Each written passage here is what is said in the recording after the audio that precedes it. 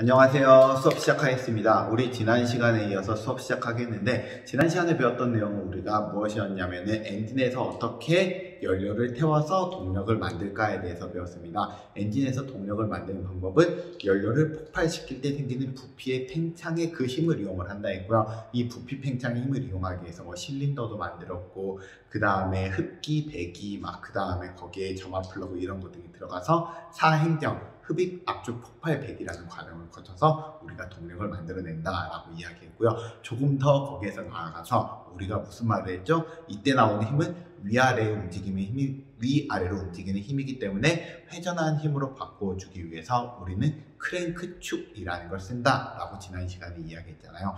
이번엔 그 다음으로 한번 넘어가 보려고 합니다. 이것만 있으면 동력이 잘 만들어지느냐? 그건 실은 아니에요. 왜 아니냐면은 지금까지 만들었던 힘은 우리가 한번 이 이야기를 한번 해보려고 합니다. 7번 문제를 한번 봐보세요. 한 개의 실린더에서 동력은 크랭크축 몇 바퀴당 한 번씩 생기는가? 여기에 대해서 한번 이야기를 해보면 되는데, 우리는 지난번에 봤던 걸 잠깐만 다시 가보자면은, 동력이라는 것이 만들어질 때는 흡입, 압축, 폭발, 배기라는 이 과정을 거칠 때 흡입할 때 반 바퀴가 내려오고요. 압축할 때 한 바퀴, 폭발할 때 반 바퀴가 내려오고 배기할 때 한 바퀴, 즉 합쳐서 총 두 바퀴가 움직이게 된단 말이에요. 근데 이 두 바퀴가 움직이게 될 때 실제로 힘이 나오는 과정은 한 번밖에 없단 말이에요. 즉 두 바퀴 중에 반 바퀴만 힘이 나오기 때문에 자동차가 어떤 느낌으로 움직이게 되냐면 쩔뚝거리면서 움직이게 된답니다. 동력이 안 만들어지다가 붕 그대로 갔다가 붕 해서 자동차가 쩔뚝거리게 된답니다. 그래서 이 쩔뚝거림을 없애기 위해서 자동차는 첫 번째로 어떤 짓을 하게 되냐면 엔진에 실린더를 여러 개를 놔두게 되어 있습니다. 그래서 실린더는 보통 보면 이렇게 보통 4개 아니면 6개, 8개 이런 식으로 써가지고 얘네들이 한꺼번에 폭발이 일어나게 하는 게 아니라 폭발을 순서대로 일어나게 해준답니다. 그래서 보면은 지금 얘가 폭발이 일어나긴 하지만 그 다음번에는 얘가 폭발이 일어나고 그 다음에 얘가 폭발, 그다음에 얘가 폭발해서 폭발이 한 번에 일어나는 게 아니라 우리가 순서대로 폭발이 일어나게 해가지고 우리가 동력을 부드러운 동력으로 바꾸어주는 작업을 하나 하게 되는데요. 여기에 대해서 잠깐 필기를 해보도록 하겠습니다. 자, 1번 한 개의 실린더에서 동력은 크랭크축 몇 바퀴당 한 번씩 만들어지는가? 2바퀴당 한 번씩 만들어진답니다. 그래서 4개의 행정을 실린더의 방향에 따라서 나눠본다면 하강 행정은 우리가 보면은 내려갔을 때는 우리가 흡입을 할 때 내려가게 되고요. 두 번째 폭발을 할 때 내려가게 된답니다. 또한 우리가 상승을 할 때는 우리가 연료를 압축을 시키거나 내연을 배기할 때 상승하는 일이 일어나게 된답니다. 근데 이거를 우리가 그대로 이용하게 된다면 이때만 힘이 나오기 때문에 그대로 쓰지 않고 우리가 이거를 4개로 나누어서 쓰는데 8번에 써 있다시피 여러 개의 실린더가 동시에 폭발하면 안 되는 이유는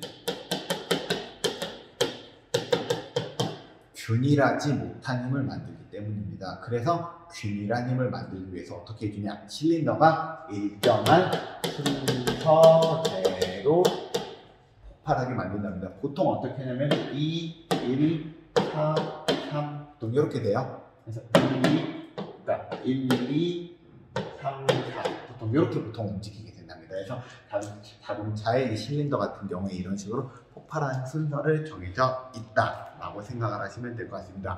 그러면 이제 여기까지 하게 되면 자동차는 그래도 어느 정도 균일한 힘으로 가고는 있는데요.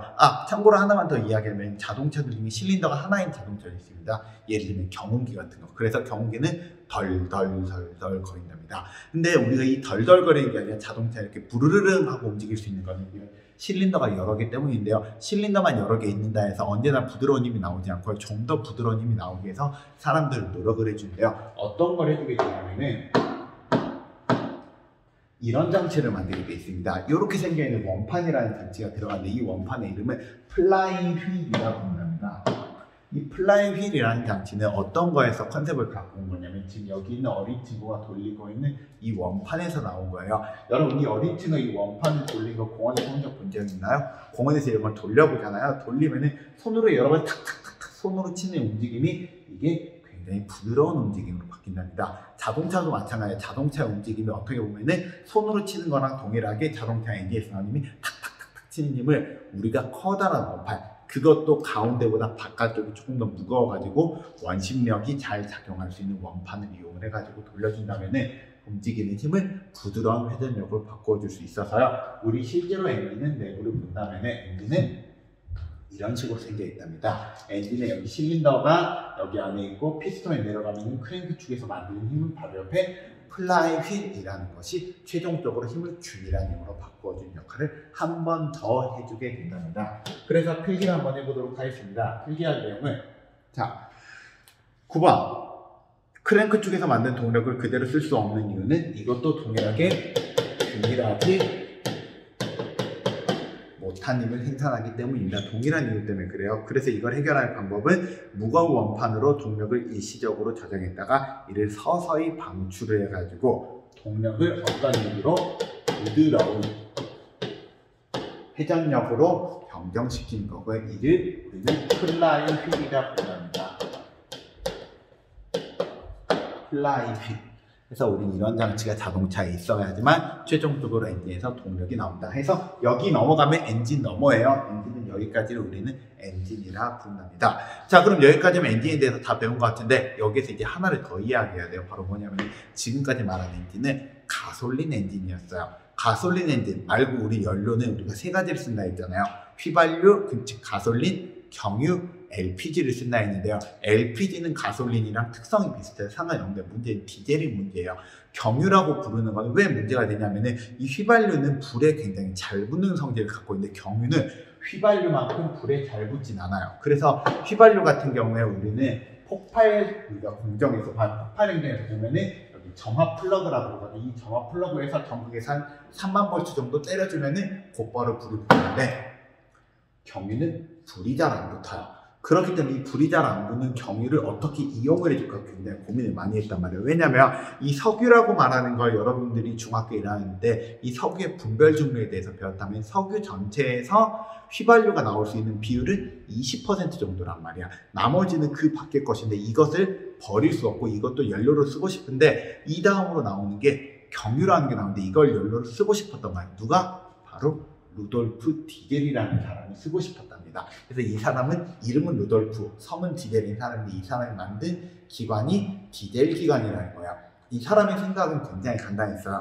우리가 폭발을 시킬 때는 즉 불이 붙게 만들어야 되는데 우리의 연소의 3요소가 연료, 탈물질, 발화점 이상의 온도라고 했는데 이 발화점 이상의 온도를 만드는 방법이 두 가지 방법이 있지 않느냐에 대해서 이야기를 한 거예요. 바로 뭐냐면 불꽃으로 직접 불을 붙이는 거랑 주변이 뜨거워서 스스로 불이 붙게 만드는 방법, 여기에서 컨셉을 얻게 되었는데요. 10번을 한번 보면서 이야기하겠습니다. 가솔린 기관과 디젤 기관의 구조가 다른 이유는 바로 무엇이냐면은 서로 유리한 연소 방법이 다르기 때문에 그래요. 무엇의 연소 방법? 연료의 연소 방법이 다르답니다. 그래서 이 연소 방법이 어떻게 다르냐면은 가솔린이나 LPG 같은 경우에는 불꽃으로 점화하는 방법, 이걸 좀 있어 보이는 말로 인화식이라고 부르거든요. 인화식. 근데 경유 같은 경우에 이런 인화식보다 우리가 주변이 뜨거워서 만드는 방법이 착화식이 조금 더 유리하다는 걸 알게 됐어요. 그래서 착화의 방법을 만들어 보면 어떨까라고 생각해서 우리가 연료 주변을 뜨겁게 만들고 싶었단 말이야. 근데 갑자기 우리가 뜨거운 바람을 어떻게 만드냐, 이걸 고민을 해봤더니 이걸 해결할 수 있는 방법이 있었어. 바로 무엇이었냐면 공기를 압축하는 거예요. 여러분들이 고등학교 내용을 혹시나 예습을 한 친구가 있다면 이런 내용이 있어요. 물리를 배우다 보면 단열 압축이라는 개념이 있습니다. 무엇이냐면 이 공기를 갑자기 주변의 상황을 그대로 놔둔 상태에서 확 압축을 시키잖아요. 여기 있는 열 에너지가 한 군데로 모이면서 얘가 뜨거워진다는 사실이에요. 그러면 이 뜨거워진 공기를 이용을 하면은 연료를 태울 수 있지 않을까에 대해서 연구를 해본 거예요. 그래서 이 사람이 만든 기관은 이거 수업 시간 내용이 아니니까 넘어갈게요. 잠깐만. 이 사람이 만든 기관은 무엇이 다르냐면 제일 처음에 공기만을 넣어준답니다. 공기만을 넣어준다면 이 공기만을 압축을 해버려요. 그럼 이 공기를 압축하면 어떻게 되냐? 공기가 뜨거워진답니다. 얼마나 뜨거워지게 만드냐고요? 연료를 충분히 태울 만큼. 그 다음에 원래 가운데 우리가 점화 플러그가 있었던 곳에 점화 플러그를 다는 게 아니라 여기에다가 경유를 뿌려주는 거예요. 즉 이게 가운데가 연료 분사기가 있는 거야. 그리고 나면은 연료가 뜨거워진 공기 때문에 알아서 폭발이 일어난다는 거지. 그리고 나서 배기 과정. 그래서 흡입, 압축, 폭발, 배기가 똑같은 과정으로 보이면 무엇이 달라지냐면은 가솔린 기관 같은 경우에 연료랑 공기를 같이 흡입을 했다면은 디젤 기관 같은 경우에는 공기만을 흡입해서 공기를 눌러가지고 뜨겁게 만든다면 거기에 연료를 분사합니다. 얘는 연료를 분사하는 게 아니라 얘는 불꽃을 점화하는 거고요. 얘는 연료를 분사하는 방법으로 만든 게 우리가 말하는 경유기관이랍니다. 자, 그래서 한번 필기하고 그 다음에 이야기해 볼 건데요. 11번. 디젤 기관은 어떤 방법으로 연소를 할까? 디젤 기관 연소하는 방법은 바로 공기만을 압축을 한 다음에 나중에 연료를 뿌려주는 방법으로 해준답니다. 그러면 공기만을 압축을 할 때나 그 다음에 공기랑 연료랑 같이 압축을 할 때 언제 더 압축을 강하게 할 수 있을까요? 당연히 공기만을 압축을 할 때 압축을 더 강하게 할 수 있습니다. 이유는 간단해요. 공기랑 연료랑 같이 압축을 하게 되면은 공기랑 연료랑 같이 있는 상태에서 같이 뜨거워지기 때문에 일정 이상 압축을 하게 되잖아. 그러면 얘가 스스로 얘도 불이 붙어버릴 수 있거든. 이걸 노킹 현상이라고 부르는데, 그래서 휘발유 같은 경우에 일정 이상 세게 압축을 해버리잖아요. 그러면은 이게 흡입하고 압축하는 것이 올라가다가 알아서 폭발이 나서 끝까지 올라가야 되는데 올라가다 중간에 떨어져 버리는 거가 생길 수가 있단 말이에요. 그러면은 우리가 연료가 제대로 연소가 안 되기 때문에 우리가 휘발유 같은 경우에는 압축력을 크게 만들 수가 없답니다. 보통 압축은 어떻게 표시하냐면은 우리가 1로 압축하는데 몇의 용량짜리를 1로 압축을 하느냐라고 우리가 보통 표시를 하거든요. 봤을 때 휘발유는 보통 10대 1, 많이 잡으면 한 12대 1 정도 되는데요. 경유 같은 경우는 최소 20대 1에서 많이 하면은 40대 1까지 압축을 한답니다. 그래서 그거에 대해서 써놓은 게 지금 여기 내용이에요. 그래서 휘발유 같은 경우에는 10분의 1로 압축을 하지만 경유는 20분의 1 그 이상으로 압축을 하는 경우가 많이 있답니다.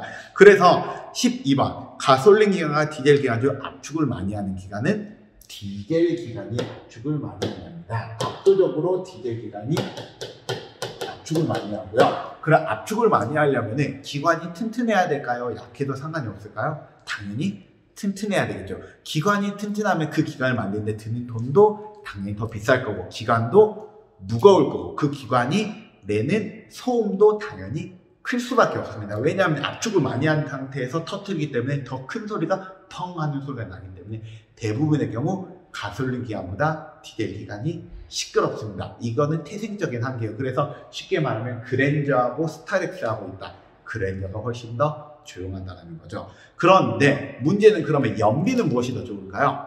연비 같은 경우에는 디젤이 대부분 좋습니다. 이유는 간단해요. 일단 연료 자체가 이 경유가 휘발유보다 품고 있는 연료 에너지 양 자체도 많고요. 압축을 더 많이 하다가 내리기 때문에 확실히 연비는 경유가 더 좋답니다. 거기에 대해서 이야기해 드릴게요. 자, 가솔린 기관은 디젤 기관보다 고압으로 21을 20대 1로 압축을 하기 때문에 디젤이 연비가 더 좋습니다.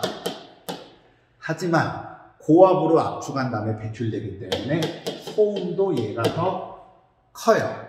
또한 높은 압력을 견뎌야 되기 때문에 이게 더 튼튼하고 무겁고 비싸다는 특징을 갖고 있고요. 연료당 발열량이 좋아서 여기가 연비가 상당히 좋은 편이랍니다. 아시겠죠? 대신 그래서 여기서 비싸다라는 거. 자, 그 다음 매연애적인 측면에서 봐봅시다. 매연은 무엇이 더 심할까요? 일단 매연을 이야기하려면 여기에 들어간 연료는 휘발유랑 경유에 포함되어 있는 성분을 알아야 되는데요. 휘발유나 경유나 얘네들의 알코올 계열이거든. 얘네들이 갖고 있는 주요 연료는 여러분 중3이니까 이 정도는 알겠지.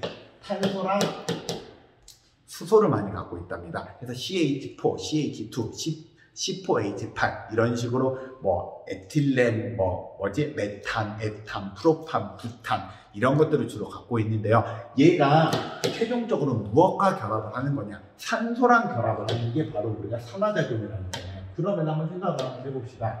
우리가 C나 H가 산소랑 결합하면 무엇이 만들어질까요? C랑 얘랑 결합하면은 이게 만들어지고 얘랑 결합하면은 이게 만들어지고 위에 있는 거는 이산화탄소, 아래에 있는 건 물이란 말이에요. 그래서 실제로 나오는 매연이라고 부르시는 건 물은 매연이 아니니까 이산화탄소가 매연의 대부분을 차지한답니다. 그래서 휘발유랑 경유에서 가장 많은 비중을 차지하는 원소는 탄소예요. 탄소. 그래서 가장 많이 나오는 것은 탄소랑 산소랑 만나서 생기는 이산화탄소가 대부분의 우리가 싫어하는 매연이라고 부르는 건데요.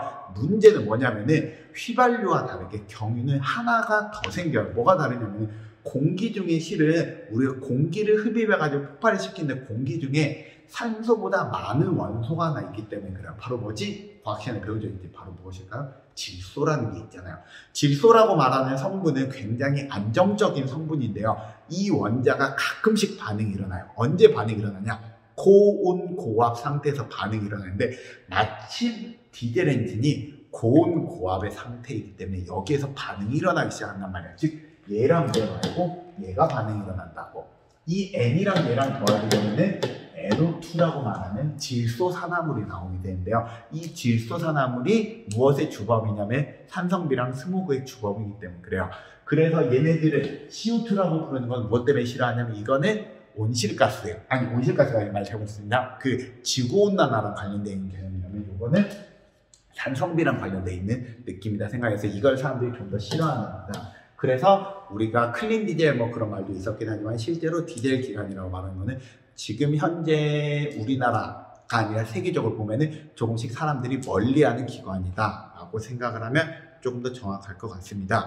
그래서 C 한번 봐봅시다. 그러나 디젤 기관은 가솔린 기관보다 압축을 많이 해서 공기 중에 가장 많은 원소인 질소가 같이 반응하는 경우도 있어서 디젤 기관은 이산화탄소 외에도 질소산화물이 나오는데 이거를 많이 사람들이 싫어하고 사람들이 이거를 많이 안 쓰려고 노력을 한다 라고 생각하시면 될 것 같습니다. 오늘 수업은 여기까지 할 거고요. 이제 다음 시간에 또 만나도록 하겠습니다. 끝! 안녕!